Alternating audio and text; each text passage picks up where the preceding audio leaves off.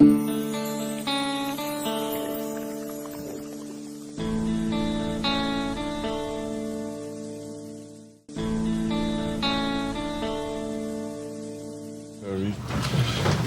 me bid special welcome to the Cabinet colleagues who are here, in particular our Deputy Prime Minister, the Honourable Sean Richards, our Senior Minister, the Honourable Vance Henry, Senator Wendy Phipps, the Honourable Jean Hamilton, the Honourable Vincent Byron, and the Honourable Ian Patridge Liburd.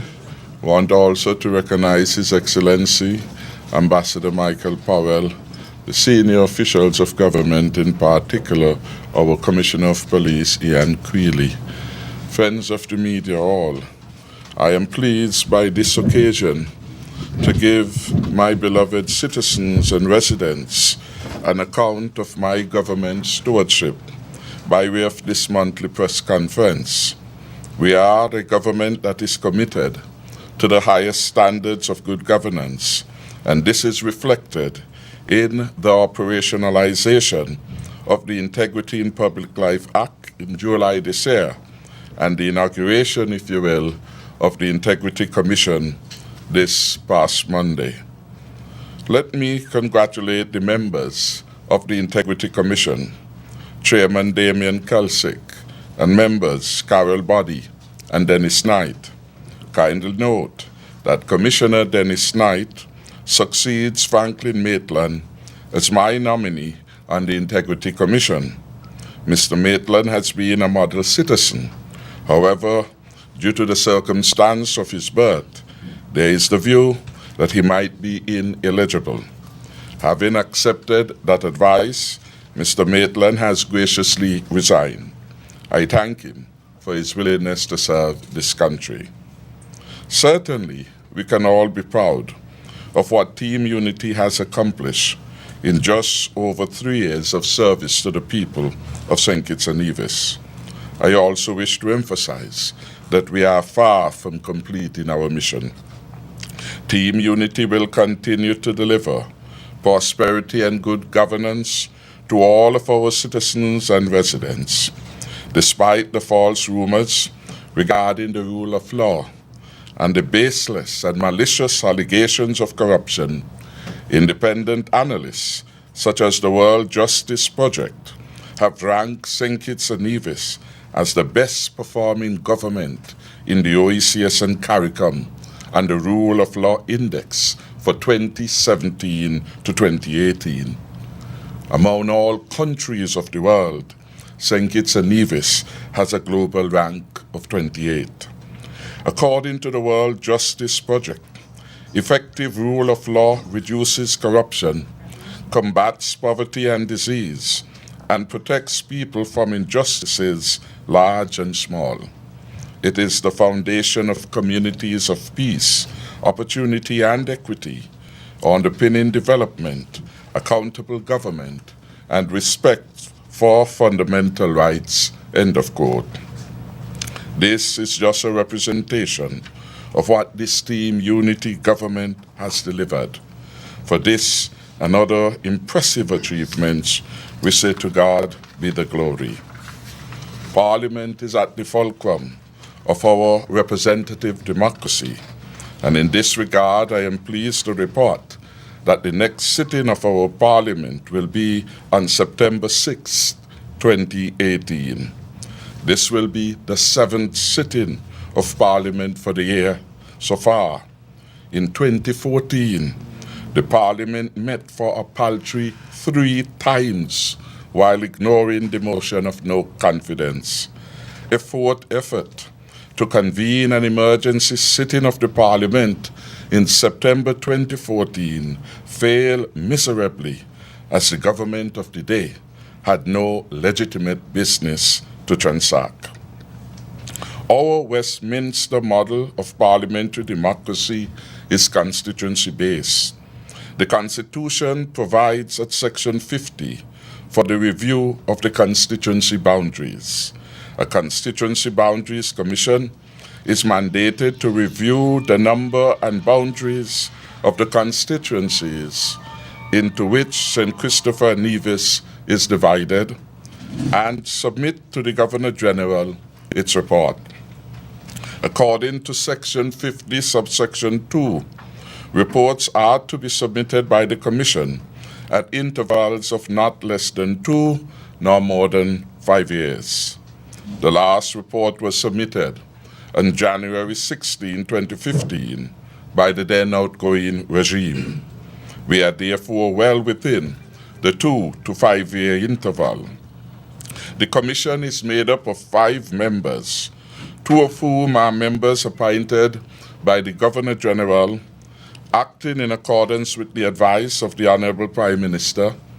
2 members are appointed by the Governor-General in accordance with the advice of the Leader of the Opposition, and a chairman is appointed by the Governor-General in his own deliberate judgment after necessary consultations.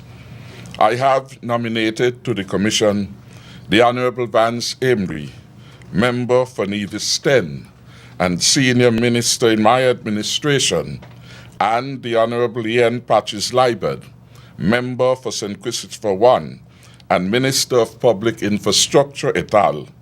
It is our hope that the Commission will soon begin its work in earnest. Our country, in the view of many, is moving in the right direction. We are responsible guardians of the state's resources. It is because of this that we have been able to secure surpluses year on year while keeping our contract with our people. Our performance reminds me of a well-known Bible story, the story of the Award of Talents, one of the main Bible stories that addresses stewardship. Our economy is growing year after year. This is in stark contrast to the dark period 2009 to 2012, when the country went backwards with negative growth year after year. According to the IMF, for the period 2009 to 2012, the negative growth amounted to 10.2% of GDP. In other words, the economy contracted or shrunk by 10.2% over that period. Our citizens and residents are impressed with the work we are doing. They are pleased with the enhanced quality of life that our policies and programs provide. The resurfacing of our island main road has come in for loud applause, and this is moving apace. Already, we are experiencing what a pleasant difference a quality paved road makes in our traveling experience. The joy on the faces of the recipients of homes over the last 2 weeks has inspired us to move faster and to build more homes. Come next week, even more homes will be distributed, this time in East Basseterre, bringing to 219 the number of homes distributed by my administration. Another 100 units, I am advised, are at various stages of completion. Some fortunate persons will have their new homes for Christmas, and that will be their Christmas gift from the Team Unity administration. Compliments in particular the Minister of Human Settlements, the Honorable Jean Hamilton. Additionally, according to the NHC, 450 persons have been assisted by the National Housing Corporations in repairs to their roofs and homes. This is the HELP program at work. Another accomplishment is our Hurricane Relief Assistance Program that the Leader of the Opposition criticized severely when he pilloried the Hurricane Relief Fund, which has so far brought tremendous relief to our people and rehabilitated over 900 homes at a cost of $11.5 million. The irony of the criticism from the Leader of the Opposition is that had it not been for the Hurricane Relief Fund, many in his constituency and the country at large would still have tarpaulins on their roofs going into yet another hurricane season. Thank God we had vision and we move expeditiously, putting our people and country first. People marvel to learn that our social assistance poverty alleviation program for the poor and indigent households in the amount of $500 monthly is soon to be implemented. Hope springs eternal in the hearts and minds of the over 4,000 plus applicants to date across St. Kitts and Nevis. Our deliveries in health and education, plus the commencement of the second cruise pair, are just a few examples of the policies and programs that we have advanced to improve the quality of life of our people. What did not happen in 20 years, like the second cruise pair, is now happening under Team Unity, and for this we say, to God be the glory. Our 30 million government employee property ownership program will begin the build-out of homes in advance of independence. Our first-time homeowners program has assisted to date 387 families so far. The Freeze and Grabs program at National Bank have delivered 93 mortgage loans from 2015 to 2018, as opposed to only 3 mortgages that were done in 2014. Performance matters, but people matter most. All things considered, this housing program in which we have embarked has been the most comprehensive housing response by any government in any time in our history. To date, over 2,000 families have benefited directly from my administration's programs for home ownership. No other administration in living memory has been able to do what we have done, nor have they been able to do what we have done as quickly as we have. Imagine this historic record of accomplishments in just over 3 years. This is the best ever government delivery of home support.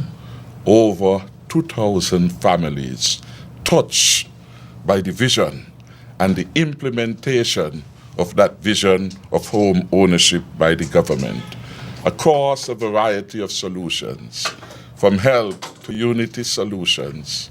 And we have not yet started unfolding of the government employee property ownership program. A lot more good things then are to come. And yet, we are not yet done in performance. Significant capital expenditure is now being undertaken at the Robert L. Bratcher International Airport. In fact, as we speak, I'm advised that Casper has embarked upon $21.5 million resurfacing of the Alpha taxiway and the apron. Some of this work is being done by local contractor Contec, and this is important because we want to empower our citizens first and foremost.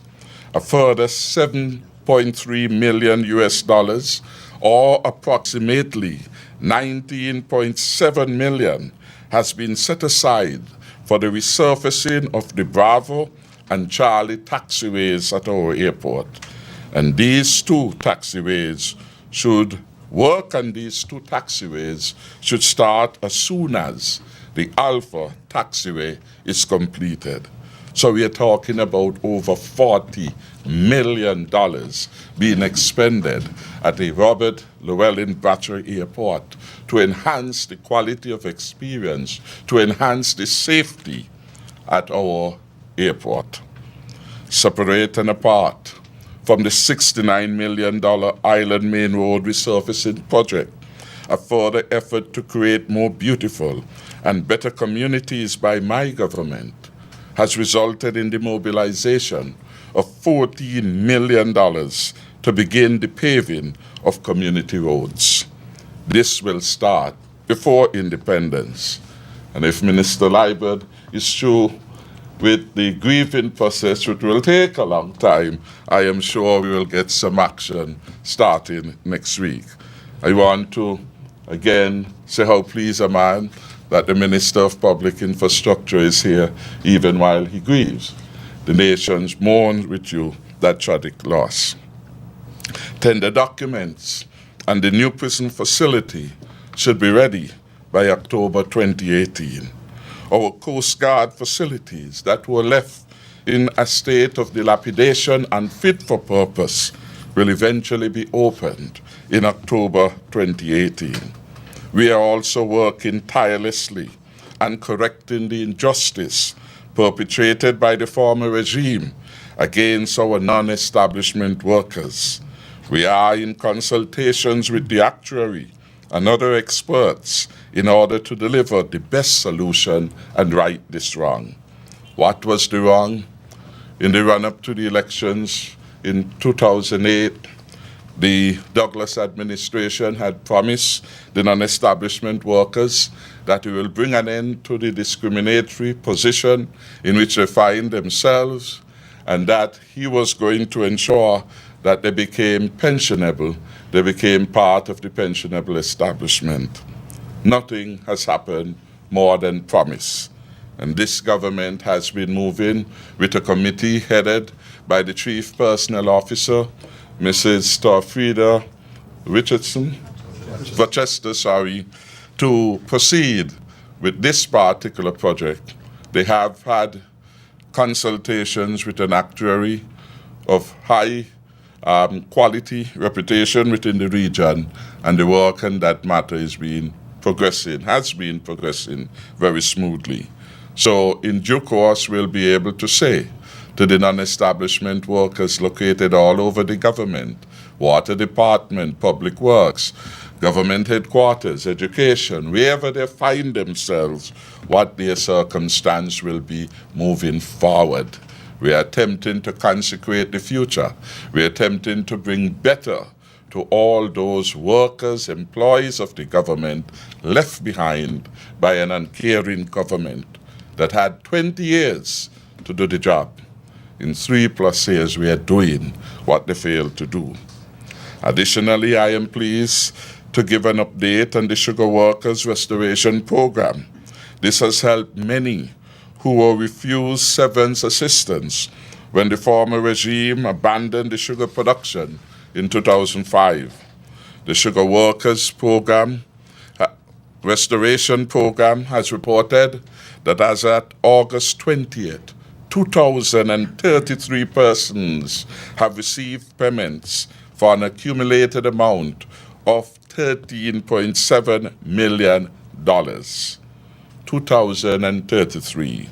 In 2005, for those interested in the contrast, 968 former sugar workers received some form of severance support. Under Team Unity, 2,033. Some 110 applications are outstanding, either on account of corrections to documents to be completed by lawyers, or paternity challenges filed in the court, or the absence of proper documentation. With respect to court-related matters, there are about 105 cases left to be determined. The principal lawyers are Denise Aline, Agatha James Andres, Leon Charles, Victor Hamilton, and Taliba Byron. We hope, of course, that before independence, whatever corrections are to be made would be effected by the lawyers so that those who are waiting can have a moment of joy with the receipt of their checks. The final matter I wish to speak to is our independence. And I want in this regard to commend the Deputy Prime Minister, the Honorable Sean Richards, who has been chairing our Independence 35 Committee. He's been ably assisted by Senator Wendy Phipps, the Cabinet Secretary, and a wide group of civil servants and members of the private sector. So as we look to our 35th Independence Anniversary celebration, our patriotism is at an all-time high. Our theme for independence is love, service, patriotism, and pride. Independence 35. A very attractive extended program of activities has been publicized for Independence. There's an event for everyone. I therefore invite full participation of all our citizens and residents.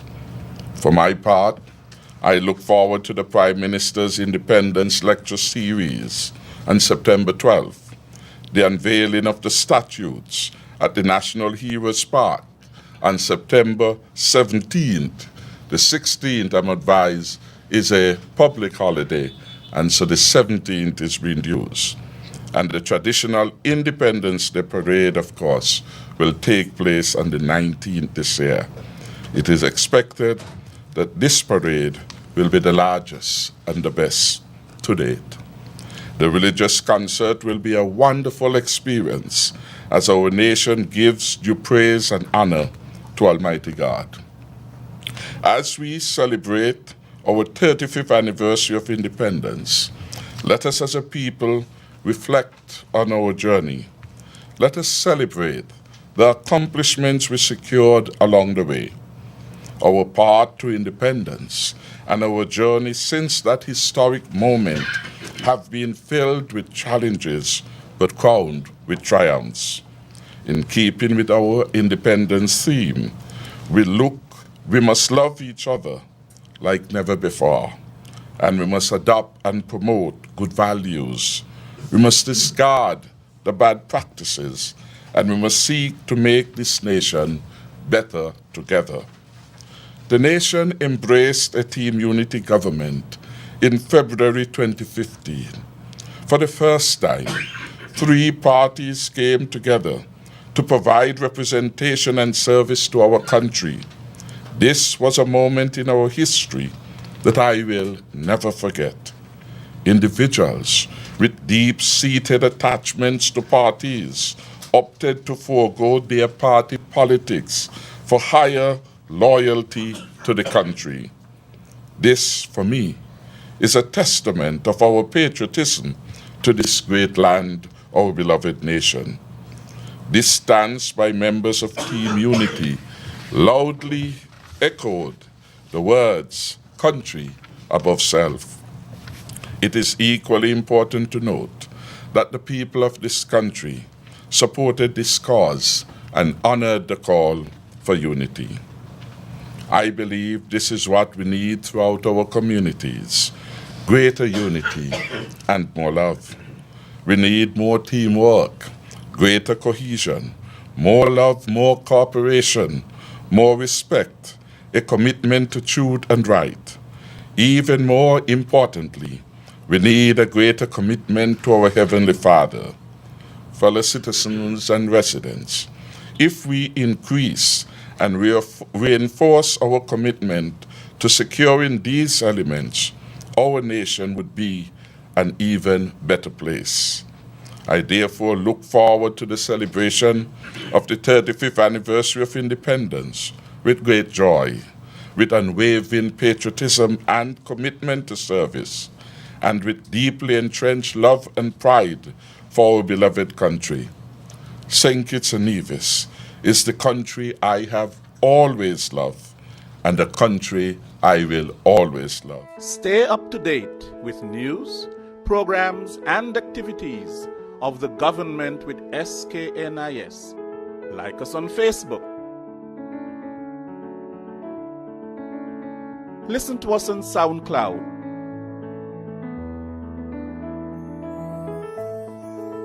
Follow us on Twitter.